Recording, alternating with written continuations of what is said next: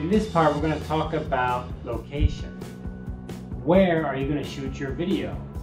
There's basically two options, and those options are indoor, outdoor. Where else are you going to go? Indoor, outdoor. Now, usually when we go on location, we mean we go outside somewhere, but in this case, let's just keep it simple. You can go on location inside. You go visit somewhere, you go to a library, you go to an auditorium, you go to a classroom, or you go on campus, which is outside. Maybe you go someplace further away. In any case, these are fundamentally different. So let's talk about what's the difference of these two locations. What's the advantage of going outside? The huge advantage of going outside is you have sunlight. It's going to be really clear. So it's easy to get your lighting done. However, there are some issues you need to really pay attention to. First of all, you need to scout the location. What does scout the location mean? That means you need to go there beforehand and make sure that that area is going to be suitable.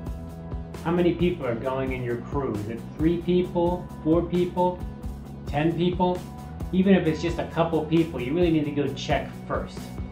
And when you say scout out the location, it's looking for where's a good place to video that matches your storyboard.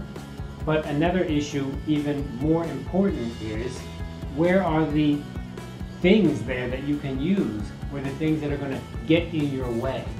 Is there a place to plug in electricity for power? Usually not when you're outdoor. Is there a place nearby that has noise, like a church, a temple, a road, cars, motorcycles? It's really frustrating if you're in the middle of filming and all of a sudden a motorcycle goes and goes right by and ruins your whole shot. So scouting means all of this, checking it out beforehand. When you do go on location outside, you need to begin really early. That means very early in the morning, maybe before the sun is up. Because there's a couple reasons why. One is that the light from the sun is going to be really good in the early morning and in the late afternoon. And not too late in the afternoon, but when the sun's going down a little bit. When the sun is right above you, that's the time where you're going to have the most difficult shot, because that'll come down. Everyone's face will turn into a kind of shadow. Shadows from other things will come straight down. It's going to be difficult to get good lighting. But morning can be beautiful lighting because the sun's rays are coming directly like this, lights up the face, gets really good angles, really great. And you don't have to have lights with you. That's the huge benefit you have. So light is great, but you need to do it timing wise, just right. You wake up early, you get to the site, all of a sudden it's 11 o'clock in the morning. Wow, that's getting really late. You should be setting up to shoot around 8 or earlier and catch that light, 8 to 10 kind of zone. When you're outside, that light is really good, but you know what's going to be hard? The hard part is going to be your sound. Sound is going to be extremely challenging outside. You're going to get a lot of sound from the nature, from traffic, from airplanes even, and you don't see it coming, so you have no way to prepare. Another thing you need to watch out for is you need to keep your batteries with you, and this is always a problem when you go outside. Everything needs to have battery power now, your camera, your microphone, everything. So you need to make sure you have backup batteries and they're charged, or you have brand new packages of batteries you've bought. I love going to Watson's, has great battery sales prices. Costco has great battery prices. You can buy a whole pack of like 50 batteries at once. Believe me, you're going to need it because you burn through batteries, or you put in a battery and you didn't realize it's dead already. Very bad news. What else is important here? Time. We've always talked about planning your video production, but on a thing like this, a location shoot, you need to really plan carefully, especially when you're outside, because when you're outside, you're not going to have much flexibility. You can't stay late. You can't be there late into the night.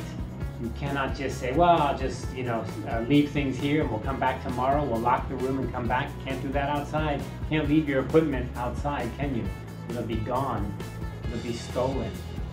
So these are the things you need to pay attention to, that time. You need to plan it well. You need to also make sure that your crew is happy, which is a little bit difficult when you're outside, because you're going to be outside in the sun, in the weather, and your crew's going to get tired, and they're going to say, hey, or your talent, where's something to eat? What are we going to do next? Where can I rest for a while? Where did I go to the bathroom at? All of those details. And finally, the real downside of being outside is the weather. You can plan everything, scout perfectly, time everything is good, and you wake up in the morning and guess what? It's raining. Okay, the whole thing is ruined now, and there's nothing you can do about it. So those are the upsides and downsides. I would just say that, to me, the best upside is the lighting, because lighting is not easy, and you get all that light from the sun. When you are outside, there's one thing you can use, which I'm sure you've seen these here. These are these car sun blockers, right? You put them in the windshield of your car. Some of them are big and some of them are small, like this one here, kind of small round one. Have you seen those before? If you've seen those before, I think that you'll know that they're kind of like mirrors. They reflect the sun. Well, you can buy those really cheap, and then you can use them when you're out shooting your video to reflect some sunlight onto your actor or actress to get a really nice shot.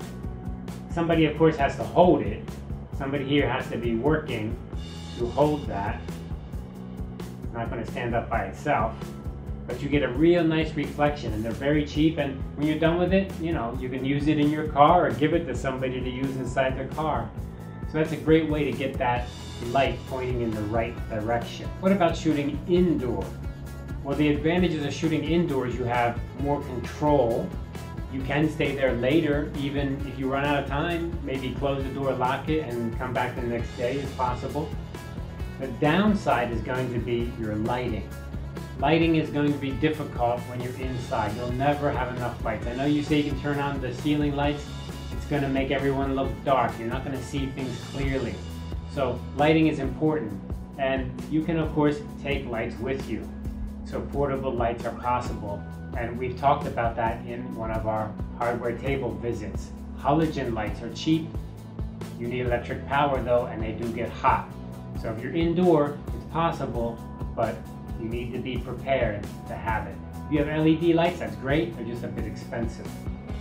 Sound will be much easier when you're indoor because there won't be all that nature sound and airplanes and things like that. But you do need to be careful. Make sure there's not some kind of event happening next door or upstairs. Sometimes people jumping up and down on the roof, on the ceiling, on the next floor, and boom, boom, boom, and they're making noise. I've had that happen before, and it's like, oh, this is crazy. I didn't know that was going to happen. So watch out for that. Maybe scout out ahead and make sure everything's clear before you go to your location. That would be a good idea. So sound will be easier, and then the best thing of all is you have power. You can plug in. And this really makes things much, much easier. Okay, so that's location. Basically indoor, outdoor. I think you'll see from some of my students' examples, they did a lot of outdoor. They also did some indoor. There's no doubt some of their outdoor stuff just looks better. It has better lighting. Their indoor stuff is like, it's a little bit muddy and dark and hard to see things because you don't have lights. It's always going to be hard. Sure, you can use your camera, you can use your phone or whatever device you have and say, hey, it looks not too bad. But go outside and shoot, it just looks 100% better. But it's hard to shoot outside. So good luck on your location if you decide to go inside or outside. But let's go to the hardware table because I got something to show you for your location shoot.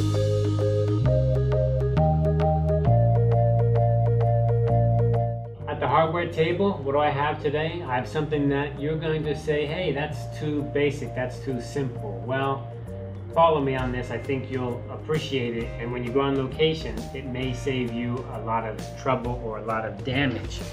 Let's first look at a bag. This is a big old camera bag. Boy, oh boy.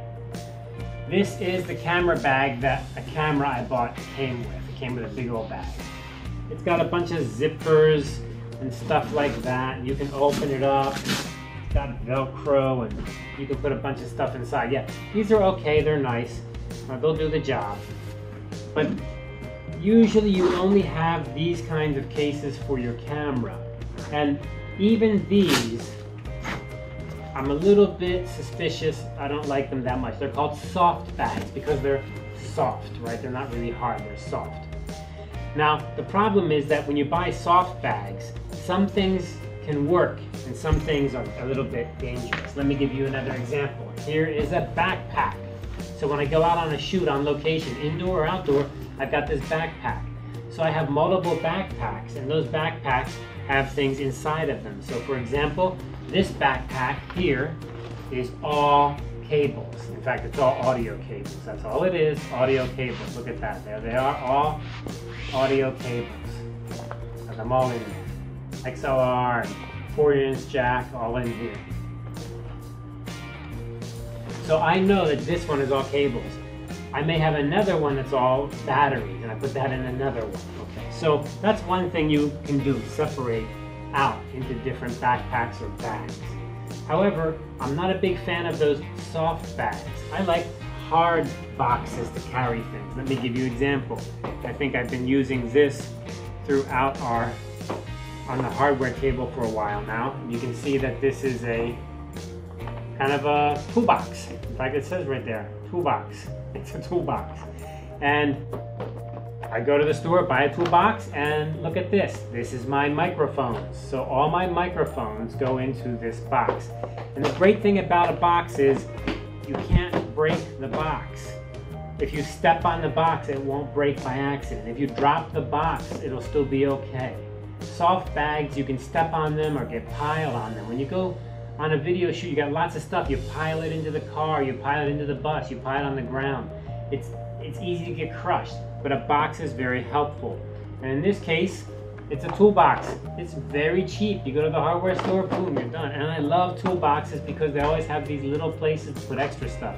All my jacks are in one place. All my jacks are right here. I got everything in one location, and it's not gonna get crushed. And it can be organized a bit. Oh, that's a lot of jacks. Okay, good. So that's my microphone box that I keep in there. Well, let me show you some more boxes I've got. Here's a box. Now this is a really cool box. You can buy these at the hardware store too, or you can get them online. They're fairly cheap. And they're kind of metal on the outside, which is great. They're not easy to get crushed at all. And you can open it up. And in here I have some shotgun mics that I use, and a couple wireless receivers are in here. So I know that this one carries that. Close them up, nice and strong, and you can just carry it around like that. It's very easy to do, very straightforward. All right, love that box. Now, let's get a little bit bigger. Oh, here's a nice box.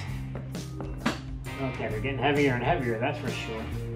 Again, what do I got? Toolbox. It's very clear. I went to the hardware store, bought a toolbox. Okay, just like other toolboxes, you know, they have these plastic holders up here, dividers. You can put little things inside of here. You can put little stuff here and there. It's really handy. Let's take a look at what I've got inside this box. And what I have is this foam here, this yellow foam.